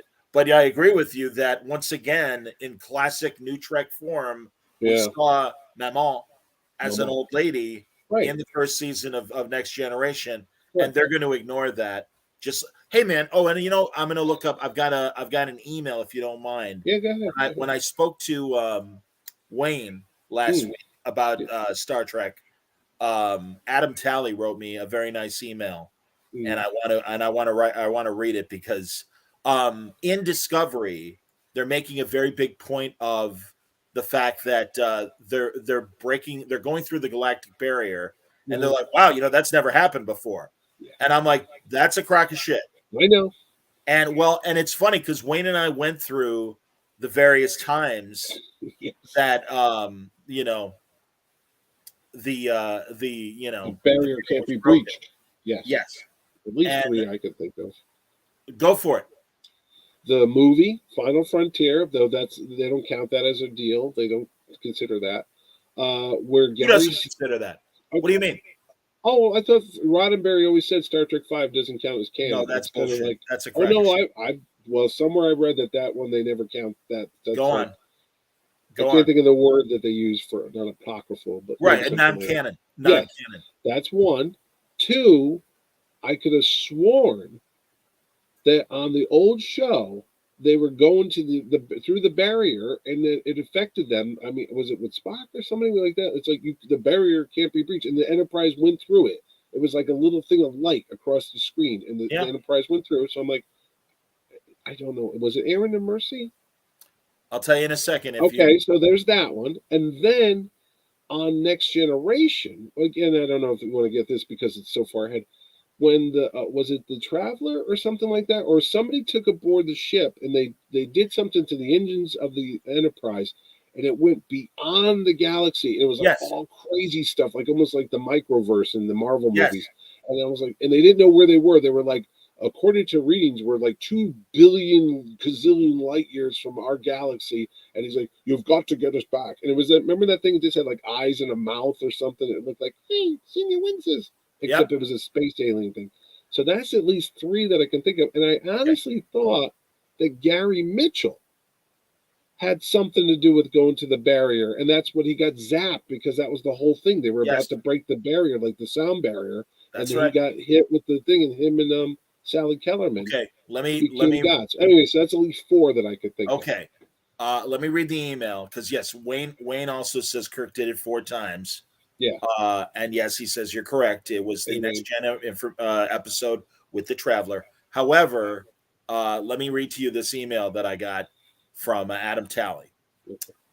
Been listening to your show since 2010. Listened to the latest episode of Talk Trek where you're discussing Disco and Picard. I have some initial nerdy deep dive thoughts for you guys. I hope these weren't already sent to you by others, but I know my Trek, and I got to toss in some thoughts your way. The galactic barrier in Star Trek V isn't the one that leads out of the galaxy, as in the 3 original series episodes you mentioned. The one in Star Trek V is at the center of the galaxy. That was built in to trap the god creature. I think it's established a couple times in dialogue that it is the center. I can confirm that. That's why maybe it's blue instead of pink. So the Cybok theory that Wayne mentioned, because Wayne had a great theory on the show that maybe when Discovery crosses the barrier, Cybok will be involved, because Cybok, technically, we didn't see him actually die fighting that energy beast that, why does God need a starship? Yeah. But yes, you are correct, Mitch, and Wayne was correct. Where No Man Has Gone Before, the trailer, that's where Gary Mitchell and Dr. Daner, Sally Kellerman, their ESP abilities are heightened going through the barrier, and they get their godlike powers. There was also the episode with Warren Stevens, the character actor. They were the Kelvins. The Kelvins came through the galactic barrier, seized control of the Enterprise, boosted their engine speed, and were heading back to the galactic barrier to go back to the Kelvin universe. Okay. And the third one from the original series was involving the Medusan. That's and we, of course, saw them. Yes. You went blind. Yes, because you couldn't look upon it. No beauty and truth. Or is there no beauty? Dr. Pulaski's on that. That's right. Diana Muldaur is exactly right. So those are the 3 original series episodes. And then Next Gen did it too. Right. So let's see. But yeah, he also mentioned that Guinan's race is indeed mentioned a couple times in Star Trek Generations. I thought Wayne and I thought it had never been mentioned until this episode of Picard. I mentioned the book Q Squared, in which Q is possibly Trelane's father. It's been Peter David. Yep, it's a great book. Yes, I agree. The Allurians, that's her race. They mentioned it before, that there's many things we don't know about Guinan's race. That was in the Enterprise C episode, when she knew that there was something wrong with time. Right, and that was another thing, Mitch. I was surprised that Guinan was in as early as she was in this first episode, because I was expecting after history changed. That Picard's like, all right, there's something wrong. Let me go find Guinan. I know. She's there. Shit. Well, I'm hoping when they go back in time, she's not going to be there again, just like she was in the Times Arrow thing with Mark Twain. Remember that? That she's hanging around in the 90s. She's like, oh, here I am again. It could be. Like, wait a second. That won't bother me. No, but I bet she's there. She's No, I get it. Well, the Allurians can stop aging when they want to. I'm like, whatever. I get it. Whatever. You got to explain why Whoopi's middle age now. It's all right. It's science fiction. I let that stuff. Yeah. I mean, but no, really, on balance, I liked it. Well, now it's weird. I got to go watch Discovery tonight because I literally thought it was off. I was like, wow, this is. I was going to tell you weird strategy. Then when we do get back to talking, and I'm sure we will, because we'll talk about episode 2 of Picard this week at some point. I'll tell you what. I still hate Discovery. It's just so stupid. I was going to say, I let me warn you now. Not much happens to move the needle in this last episode. And there's a guy on YouTube, Steve Shivers is his name. His channel is under his own name, and he's a great Star Trek deep dive analyst. And he likes new Trek, but that said, he finally cracked the code in terms of what's wrong with new Star Trek, and you can include last season's Picard having the same problem. What? They meander around until the last 2 episodes, and then they shoot their wads in the final 2 episodes to give us conclusions. And what they need to do is they're not good at writing a 10-part one story thing. Or No. And what they need to do is like give us breadcrumbs that solve a piece of the puzzle as we go on, because then they'll have all these standalone shows where nothing happens. I tell you what, remember when we started season 4? I think we were all watching, you, me, Franco. We thought they had rebooted it because they went 1,000 years in the future, and then they were separated. Remember they were on that like snow season 3, but yeah, was it season 3? Yeah. Is that where we're on Discovery now? 3? I don't even remember. Season 3 is when they made the time jump. But go on. Well, they did, but it was that Western outpost type of thing. Season 3. Yeah, that was a good episode, and they were separated from Burnham, and then they had to go into the bar, and they had to negotiate. Saru and Tilly. So I'm like, oh, this is actually getting good. But was that the same thing when the burn started? And they figured out what happened to the burn. It was that little dude cried, and it made a sound that blew up all the freaking warp drives, and I'm like, what bullshit is this crap? Oh my god! If that was your string to tie all the episodes together, you got some bad yarn to begin with, because it was just. And the other thing is too, you mentioned they save it for the last 2 episodes. Is it a budgetary thing? Is it like, oh, we only have so much money, let's save all the fireworks for the grand finale, and then we'll blow everything up, like the Angel episode? Remember that when she puts the suit on, the Red Angel, and they go through the thing? There was a very huge special effects episode. That whole thing. I'm like, that's not cheap. So and that's what worries me too about this season of Picard, because this first episode had a lot of big space fights. And as I understand it, we're going to spend a lot of time in LA 2020. Oh yeah, it looks pretty like what is it? 6 episodes or 8 episodes? This thing. The whole thing. Yeah. 10. Is it 10? Yes. Oh, well, it looks like at least about 8 of them are going to be in Los Angeles. Again, in the case of both, I would say Picard and Discovery, they probably could have told the story in less episodes, and for whatever reasons, they just don't know how to pace themselves. No, they really don't. They really don't. Yeah, and just these ridiculous plot ideas that either don't feel like Star Trek, don't feel like Jean-Luc Picard. No, or and again, Discovery is just all about this. How do you feel? How are you feeling? Please. And it's like, fuck you. Well, I was told. I think I mentioned that to you because a friend of mine who works on the show on Terrificon, I was talking about my frustrations with Discovery. I said, look, I love Star Trek. I mean, there's stuff in this room that's Star Trek.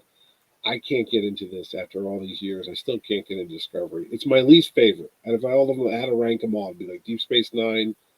Original, Next Gen, all that stuff, Voyager. It's funny. It's funny too, Mitch, because with the exception of the old school original series people, that are like, I'm sorry, I can't accept any sort of new Trek. Yeah, my friends like that, Steve Barker. But when Voyager and Enterprise had their detractors, what I never heard back then was, well, maybe you're too old.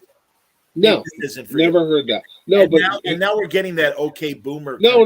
He didn't say that. He's older than me. He's actually 62. He watched Trek when it was first run. That's how old he is. Well, he's an exception. I'm saying. Well, no, he loves this, but he said it was not that we're old.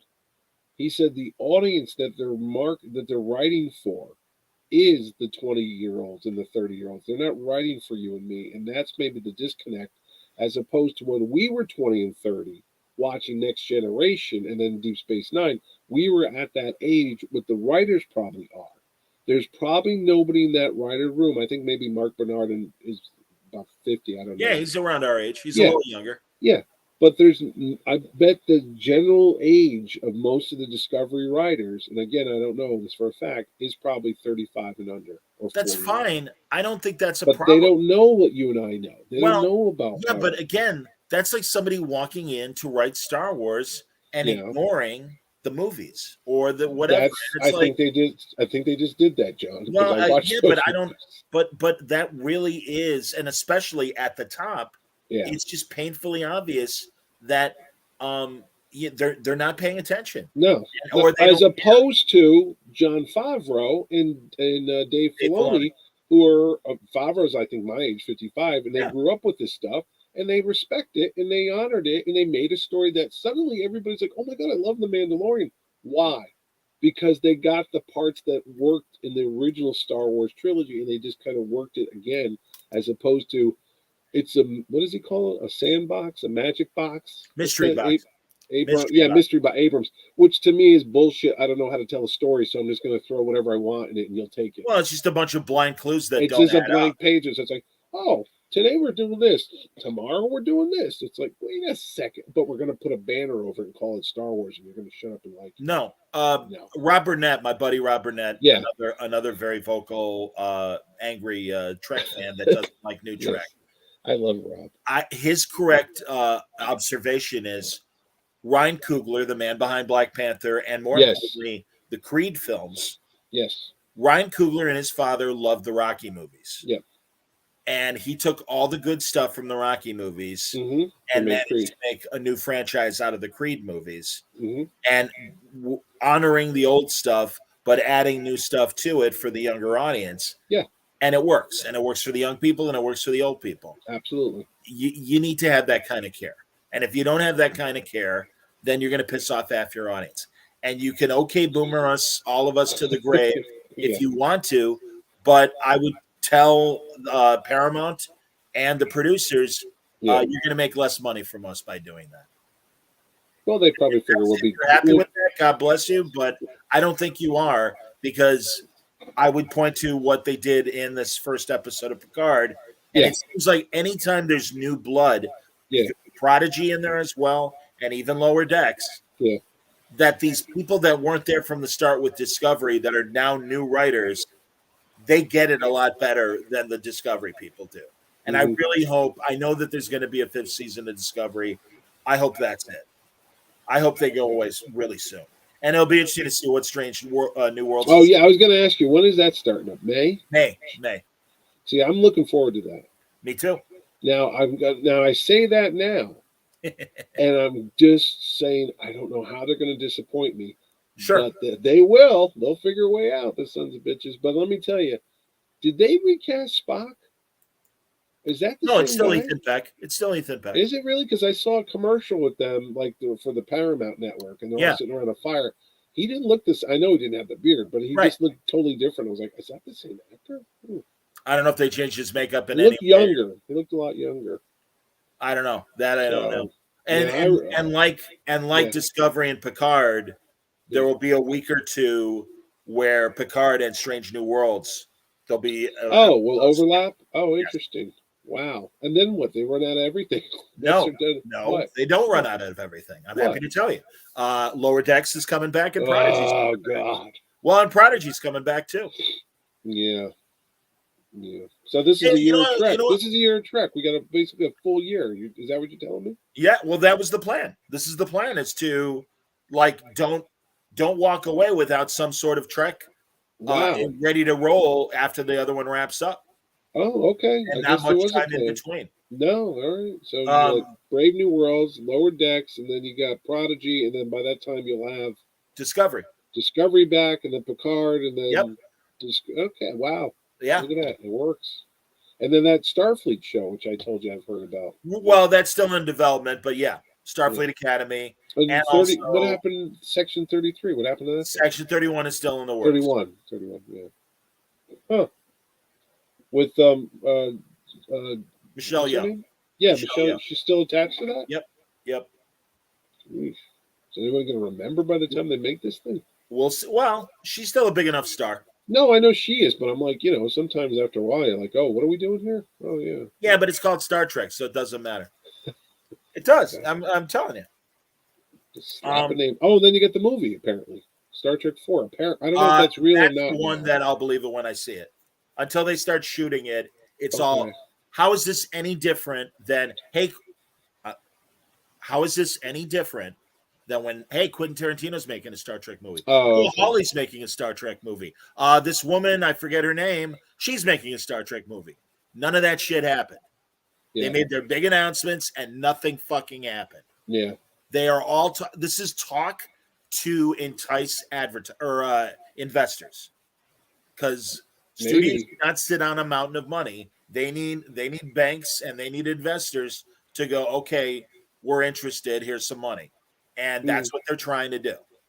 I'm wondering what's Disney doing, because they had that Star Wars movie with Patty Jenkins was going to direct, but I don't hear anything about that anymore. Rogue Squadron or Rogue whatever. There was going to be an Inhuman. Remember, there was going to be an Inhumans movie too. Yeah, but they turned it into that lousy TV show. I think that was the end of that thing. No, you're right. It's probably to get the investors happy, because some of that stuff makes no sense when you think about it. Like, it's just they're throwing spaghetti on the wall and seeing what sticks. What sticks, yeah. Okay. You know, I mean, it's again, I don't blame them. No, but, it's a money. It's like I said, it's a money making business. You want to keep it going. You don't want to say, "Hey, we're out of ideas." You know? And that's why don't piss off half your audience. And you'd think that would be very basic, and it would have sunk in sooner than was it 2018? I guess it's been 4 years since or 2017. Yeah, the first year the discovery happened. I mean, you would think it would have sunk in a lot earlier. But and truly.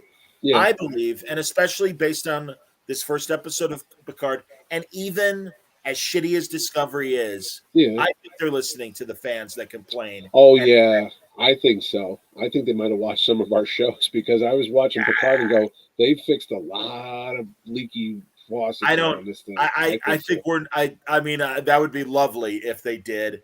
Well, I doubt it. And but again, we're just part of the chorus, and that's I know it wasn't just us. It wasn't just us. I mean, that's the thing, man. There's a lot of us that are like, no, this isn't how you do it, right? And it's not with any arrogance. It's no we've liked this shit for over 50 years. That's what I used to tell you. Every week we get together and we get so mad about it. I said every week I put that show on, hoping that this will be the one that makes me like it even more. Truly. And when it didn't, I'd be like, son of a bitch, we're back to this again. You know? And that's why, honestly, as much as I ranked even again on the second season of Lower Decks as they did the first season.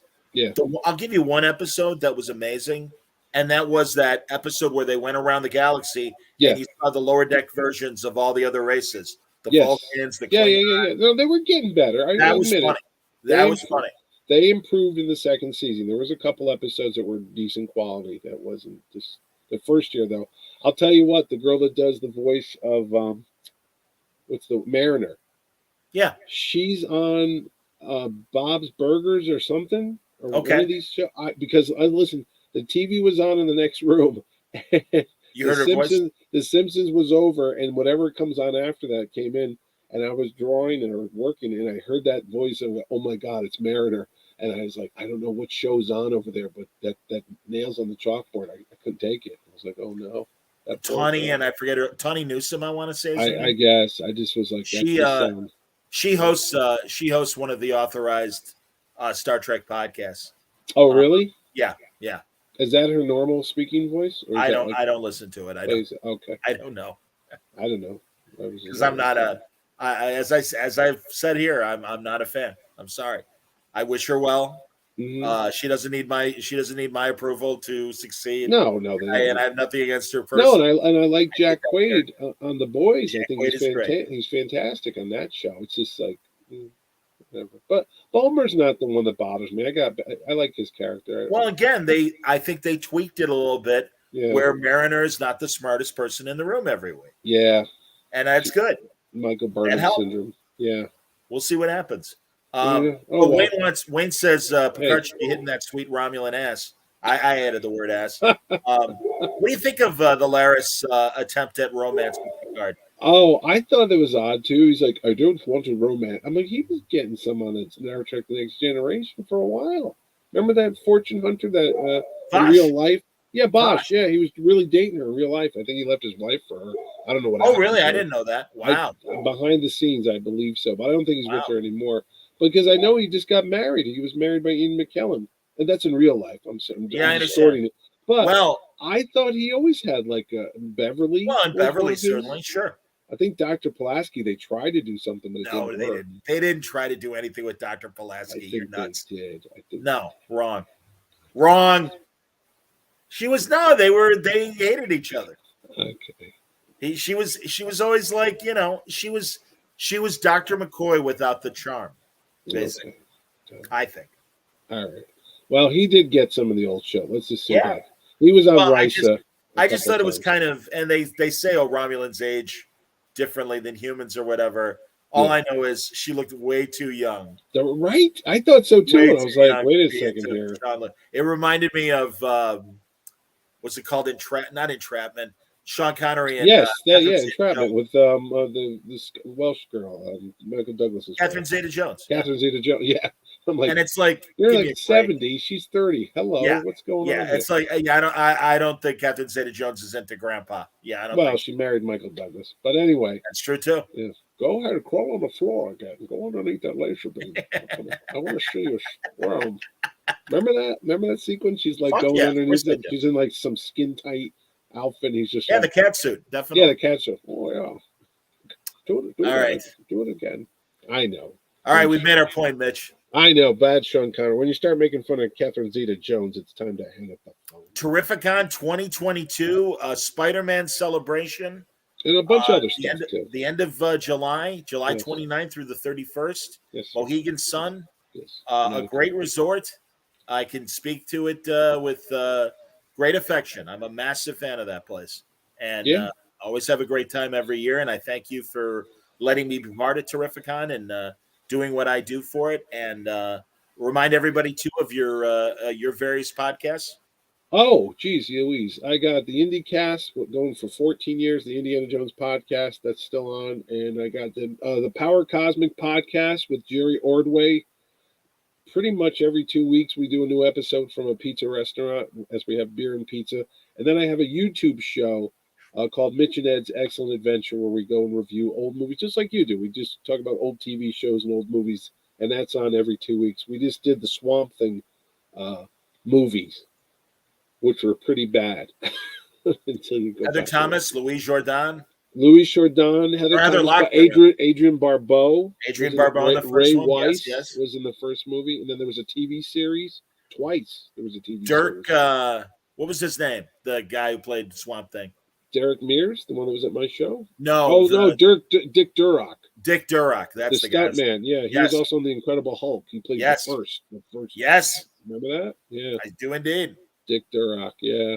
But that was a bad movie, that Swamp Thing picture. It's bad. And then there's the uncut version, or there's the European cut, which has Adrian Barbeau swimming with her Barbeaus coming out. Oh, yeah. You know what? Early 70s, both TV show, pilot, and then different movie I just bought from the early 70s. I bought the remember the TV show Search? No. With Search Robert Wagner. It was a Leslie Stevens sci-fi spy show on NBC. Yeah. It was Troy. I was going to say Troy McClure. It was Doug McClure. Okay. Hugh O'Brien and Tony Franciosa, and they were the field agents. Uh-huh. They had cameras and microphones on their jewelry. So Tony Franciosa or Doug McClure would wear a pendant that had a camera on it, and he had microphones and everything else on him, which in the 70s was incredibly high. Oh, yeah, that's a big deal back then. And Burgess Meredith was the spy master back in like a mission control situation. So that's the TV show and the pilot that I bought. And then the other one was with Robert Ryan, Captain Nemo and the Underwater City. Oh, that's a good one. I like that one. Robert Ryan, yes. Oh, my goodness, yeah. You know who just died? Who? Like yesterday, was it? Oh, I do know a Trek person that just died.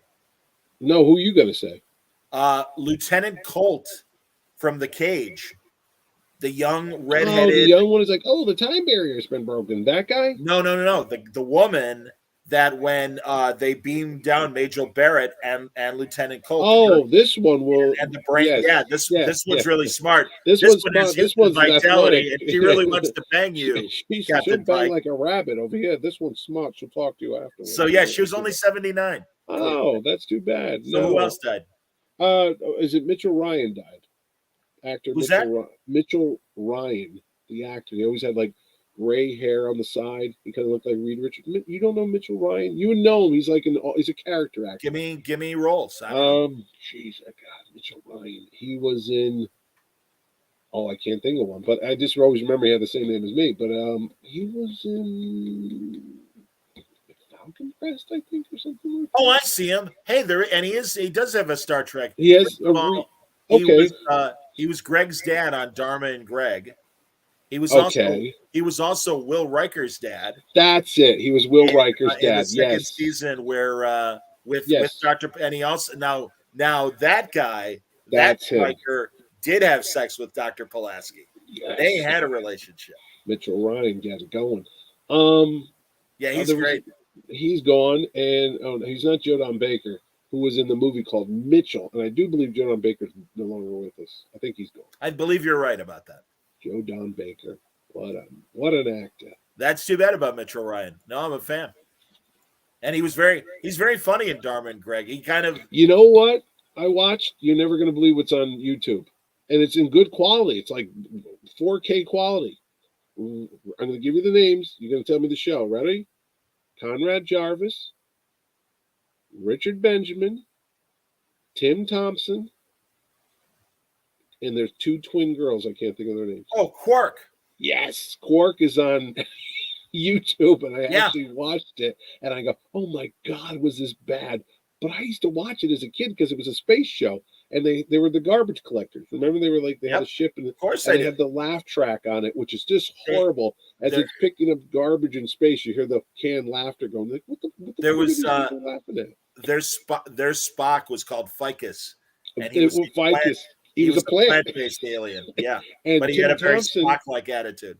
Tim Thomason, he was a comedian. He still is. He's not dead. Scanners. Yes, but he was on this. He had a whole series of like Scanners, Trancers. Trancers. That's right. He plays Gene and Gene. Remember that? It's kind of half like man, half woman. Half man, half woman type of thing. Yeah, Gene and Gene. They spell Gene. And the cute blondes were the clones. Yes, the blonde twins were the clones. Yeah. And Conrad Jarvis, who was Morgan Mindy, she was his dad. Right. He was on there too. Like, what are you doing? And Richard Benjamin, sadly miscast in this. Oh, I disagree. I thought he was funny as hell. Really? Yeah. Have you watched this show lately? Well, I know. Buck Henry wrote it. Buck Henry wrote it. Yes, I know. It was like a weird Get Smart kind of vibe going on. Yeah, it was half Get Smart, half Star Trek. Absolutely. Yes. Quark. I think he ran for 6 episodes on NBC. It was once. It was a summer replacement show. Yeah. Boy, go watch that. Again, thank God for YouTube. Thank God for the tapeworms who. I was gonna say, where did they get this from? Because I was like, this is good quality. I'm like, wow, 35 millimeter prints or something. Hilarious. Anyway, there you go. Wayne agrees. Quark was awesome. When we start reviewing, you know what's so funny? Quark is better than Star Trek Discovery. Oh, 100%. Good Lord, yeah. All right, everybody. For more information on Terrificon, get Richard Benjamin. He's dead. Get Richard Benjamin and Paula Prentice for them to do. Paula can talk about Stepford Wives, and Richard Benjamin can talk about Quark. He can't talk about anything. He's dead. No, he's not. He is too. $5 right Richard now. Benjamin? Look it up. $5. Richard Benjamin's dead. A $5 bet right now. He was less than 6 months ago. He was dead. on Gilbert Gottfried's show. Stand by. Gilbert Gottfried wants to come to Terrificon, by the way. Richard Benjamin is 83 years old. Once and again, he's dead. No, sorry. Is he really alive? Well, God, why would I lie? I don't know. I thought he was gone. I'm sorry, Mr. Benjamin. I was a huge fan. He's 83. Get him and Paula. I really thought he passed away. What was the movie? Did Bye Bye Columbus?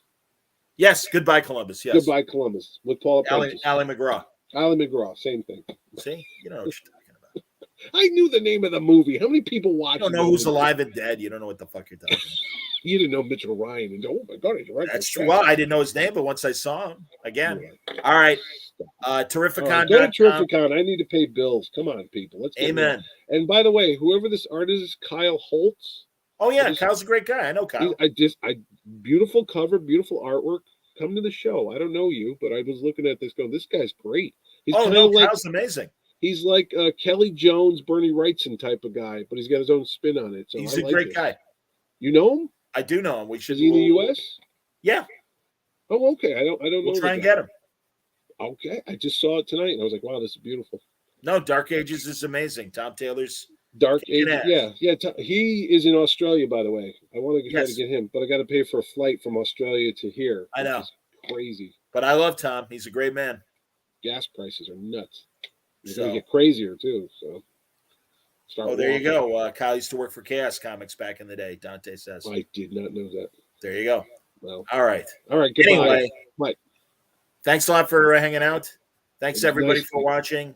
Mitch will be back, and we'll do a new Trek Talk and keep tabs on Picard and the shit that is Discovery. So until next time, everybody stay safe, stay happy, stay healthy.